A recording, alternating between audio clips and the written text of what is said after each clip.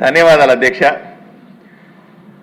రోడ్ల మీద గుంతలు ఎక్కువగా ఉండడం, రోడ్డు పక్కన ప్రమాదాలు నివారించడానికి గోడలు కానీ లేదా షెల్టర్ కానీ లేకపోవడం, దారి చూపించే బోర్డులు సరిగా లేకపోవడం వల్ల రోడ్ల మీద ప్రమాదాలు జరుగుతూ ఉన్నాయి, గాయాల బారిన పడతా ఉన్నారు, మరణాలు సంభవిస్తున్నాయన్న ఉద్దేశంతో రాష్ట్ర ప్రభుత్వం ప్రవేశపెడుతున్నటువంటి ఈ మోటార్ వాహనాల పన్ను విధింపు చట్టం 2026 ఇటీవల మనం చూసాం అధ్యక్ష. నరేంద్ర మోదీ గారి నాయకత్వంలో కేంద్ర ప్రభుత్వం దేశ చరిత్రలోనే మొట్టమొదటిసారిగా పన్నులని అంటే వాహనాల మీద పన్నులని 28% నుంచి 18% తగ్గించడం వల్ల వాహనాలకు సంబంధించిన ధరలు బాగా తగ్గినాయి అధ్యక్ష. ఎవరైతే బైకులు కొంటున్నారో, కార్లు కొంటున్నారో, లారీలు కొంటున్నారో వీళ్ళందరూ కూడా ఎంతో సంతోషంగా ఉన్నారు అధ్యక్ష. రాష్ట్ర ప్రభుత్వం ఈ సందర్భంలో నామమాత్రపు సెజ్ విధించాలని నిర్ణయించడం చాలా మంచి ఆలోచన అధ్యక్ష.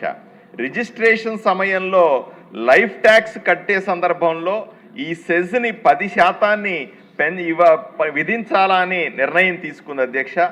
రిజిస్ట్రేషన్ సమయంలో ఈ 10% ఏదైతే కలెక్ట్ చేస్తారో దీన్ని రహదారి భద్రతా సెజ్ అని కూడా పిలుస్తూ ఉన్నారు.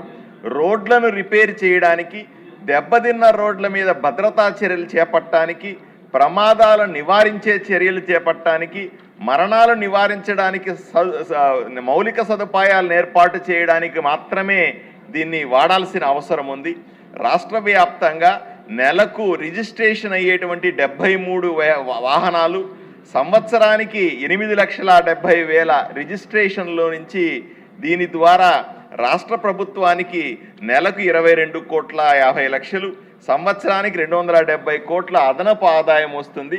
దీని ద్వారా రోడ్లని అభివృద్ధి చేసి, రక్షణ ఏర్పాట్లు చేసి, బోర్డులు ప్లేస్ చేసి ప్రమాదాలు నివారిస్తారని నేను మనస్ఫూర్తిగా కోరుకుంటూ దీనికి మద్దతు తెలుపుతున్నా అధ్యక్ష. ధన్యవాదాలు.